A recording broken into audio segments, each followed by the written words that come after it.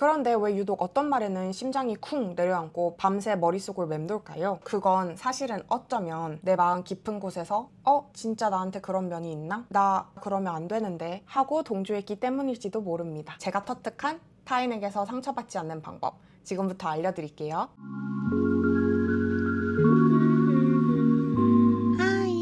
상처를 잘 받으시나요? 주변에 무례한 사람이 있으신가요? 그리고 그 누군가의 말 한마디에 밤새 잠 못 자고 상처받으셨나요? 제가 말하는 건 내가 성장하는데 발판이 될 수 있는 정당한 지적을 들었을 때를 얘기하는 것이 아닙니다. 사실 근데 유독 정당하게 맞는 말을 들은 건데도 그리고 반박하고 싶지도 할 수도 없는데 그 말이 마음 깊숙이 박혀서 상처가 되어 쓰린 그런 날도 있습니다. 우리는 왜 상처를 받는 걸까요? 어떻게 하면 상처를 덜 받을 수 있을까요? 잔인하지만 진짜 원인을 지금부터 말씀드릴게요. 상처받은 건 사실은 우리 무의식 어딘가에 그 말에 동조했기 때문이에요. 내가 받은 상처는 그 사람이 한 말 때문이 아닙니다. 사실은 나도 그렇게 생각하고 있고 그 모습이 창피하기 때문입니다. 만약 누군가 저에게 상처받으라고 네 이름은 루치야 라고 소리쳐 봤다고 해볼게요. 제가 그 말에 상처를 받을까요? 아니요. 왜냐면 제 이름은 루치가 맞으니까요. 다른 예시로 누군가 저에게 네 손가락은 10개야 너 눈동자색 갈색이잖아 라고 시비를 걸면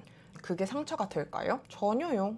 오히려 그 말을 한 사람이 조금 우스워 보이지 않나요? 손가락이 10개고 눈동자색이 진 갈색인 건 제가 당연히 덤덤하게 이미 받아들이고 있는 팩트니까요. 그런데 왜 유독 어떤 말에는 심장이 쿵 내려앉고 밤새 머릿속을 맴돌까요? 그건 사실은 어쩌면 내 마음 깊은 곳에서 진짜 나한테 그런 면이 있나? 나 그러면 안 되는데 하고 동조했기 때문일지도 모릅니다. 그렇다면 내 안에 어떤 무의식이 그 무례한 말에 문을 열어주고 동조했던 것일까요? 그리고 내가 생각하는 내 부족함을 타인의 무기가 아닌 온전한 내 것으로 만드는 방법은 무엇일까요? 제가 터득한 타인에게서 상처받지 않는 방법 지금부터 알려드릴게요. 끝까지 봐주세요. 결국 타인에게 상처받지 않는 방법 중 하나는 나를 공격하는 그 사람의 입을 막는 게 아닙니다. 그 사람이 나에게 얘기하기 전에 내 못난 부분까지 내가 먼저 선점해버리는 거예요. 우리는 보통 나의 완벽하고 멋있는 부분만 사랑하려고 합니다. 하지만 진짜 필요한 건 내 안에 정말 못나고 찌질한 부분까지 온전히 내 것으로 받아들이고 귀엽게 봐주는 연습이에요. 이게 무슨 얘기인지 지금부터 알려드릴게요. 제 이야기를 예시로 들어볼게요. 저는 제가 아는 사람 중에 가장 유명한 요요걸이에요. 저는 체중 변화가 좀 극단적으로 많은 편인데 에이 요요면 얼마나 요요겠어 하지만 저는 40kg 왔다 갔다 합니다. 살이 빠졌을 땐 내가 예쁘니까 더 사랑해주고 살이 찌면 내가 창피하고 숨고 싶고 싫어했던 거죠. 그리고 예전에는 누군가 제게 너 뚱뚱해 라고 얘기하면 그게 세상에서 가장 끔찍한 상처였어요. 근데 왜 이렇게 내 외모에 대한 말이 이렇게 큰 상처일까 생각해 봤는데 그건 제가 저를 조건부로 사랑하고 있어서였더라고요. 내가 스스로 내 특정 어느 한 부분을 혐오하고 있으니까 타인이 그 부분을 콕 찌르면 심장이 내려앉았던 거예요. 저는 요즘도 체중이 20kg는 왔다 갔다 해요. 그러다 어느 날 문득 해탈을 했습니다. 이 세상에는 여러 가지 사람들이 있잖아요. 평생 날씬함을 유지하는 사람도 있지만 저처럼 극적으로 체중이 올라갔다 내려갔다 하는 사람도 있는 거잖아요. 난 그냥 원래 이런 사람인 거예요. 남들보다 조금 더 신경을 써야 체형이 유지되는 사람.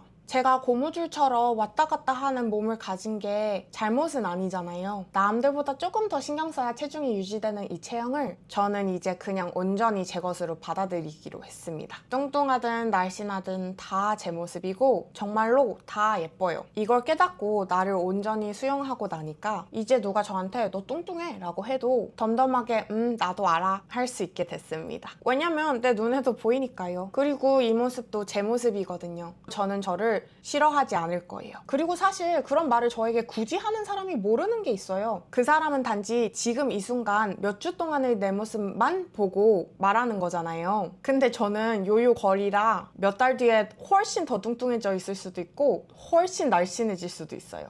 그러니까 그 사람이 저에게 한 말은 부분적으로만 맞는 말인 거예요. 지금 당장은 맞는 말이지만 몇 달 뒤에 또 체중이 다르게 변한 저와는 전혀 관련 없는 얘기거든요. 그러니 그 사람은 내 인생의 단면만 보고 뭘 모르고 말하는 사람인 거예요.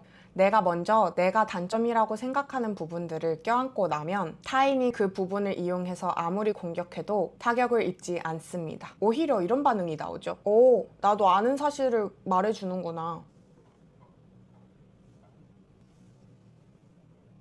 타인의 공격이 무력화되는 순간은 내가 완벽해져 있을 때가 아닙니다. 내 부족함을 인정하는 주도권을 나가 쥐고 있을 때입니다. 그렇다면 상처받기 싫어서 마음의 벽을 엄청 높게 짓는 건 어때요? 타인의 말을 전부 차단하고 살면 상처받을 일도 없을 테니까요. 물론 안전할 순 있겠죠. 근데 제 작은 소망은 그러지 않으셨으면 좋겠어요. 왜냐면 내가 상처받을 수 있는 위험을 감수하고도 내 본연의 취약함과 영혼을 이 세상에 드러냈을 때 그걸 알아볼 사람은 분명히 있을 테니까요. 내 상처와 영혼을 과감하게 드러내지 않는다면 어떻게 타인과 깊은 교감을 할 수 있을까요? 진짜 단단한 사람의 마인셋은 상처 하나 없는 완벽한 성벽 뒤에 숨는 것이 아닙니다. 내가 가진 이 모든 모습을 당당하게 드러내는 용기가 있는 사람.